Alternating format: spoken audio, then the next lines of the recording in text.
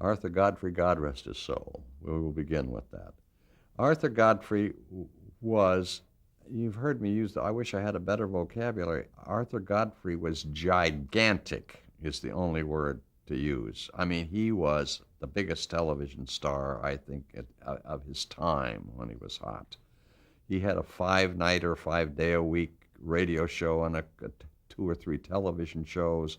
And every time he opened his mouth and told the ladies to buy some of this kind of scouring powder, they'd all run into the store and clean off the shelves. He was a great salesman. Oh, he was the greatest salesman. Well, he became, I'm setting this up for you, because he started as an announcer and a disc jockey in Washington. He grew into this star, and I guess it must be very difficult to keep your head about you when you get to be that enormous. He was enormous, gigantic, powerful, and CBS was making millions of dollars. He was very outwardly very folksy and all, but his great, why the sponsors loved him was because every time he said anything about, and he'd kid the products and sometimes say terrible things about them, but they would all run out and get them, and they loved him. He was a great salesman and very folksy, very, this is Arthur. Well, it's nice, you know. But the guy, I got him when he'd gone over the top. He'd crested. He fired one of his singers on the air. Fired Julius Rosa, one of his singers, on the air, and that didn't go over with the public at all. And he started to slip.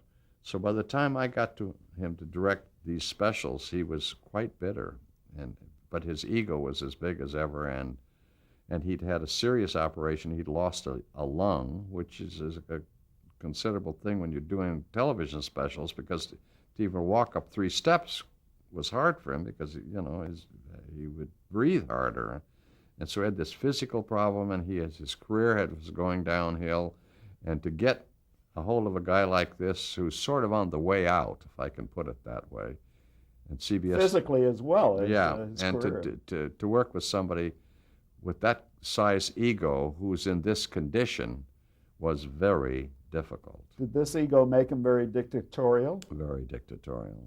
Very dictatorial. Were you walking on eggshells with him? Well, you tried always to, you try to do it, right? You try and understand their problem and try and do it, but he would do things that would just be maddening, that if you paid any attention to what he said, it would take another 2 hours. You didn't have 2 hours. Could you give us an example of something? Well, there was an example. This is a little technical, but there was one.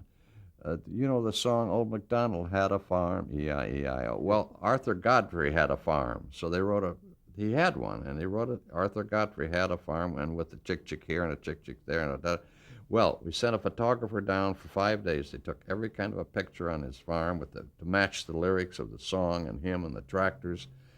And the only way we could do it was that we had the pictures printed up, and we had 4 cameras, and we had 2 still change, which means they're pictures that come from down in another room in the basement. So we had 6 places I could select from, and we probably had 200 pictures that we cut to in this song. And each camera had a certain number of pictures, like a chess game. If you took one picture off of camera 3, it would throw the entire thing off. You couldn't, you see what I mean? It had to stay that way. You couldn't change anything. And he saw one of the pictures when we were in rehearsal. He didn't like the picture. Take that out of there. I don't like that. And then I go explain to him about technically. He didn't want to hear that. He's like, take it out. So he got into a real yelling contest. I won, though, because I had the PA. I was in the booth. And when I talk into this thing, it comes blaring out into the studio. And I just literally blew him over. I was so mad. And we didn't speak the rest of the time. But he was unreasonable in ways like that.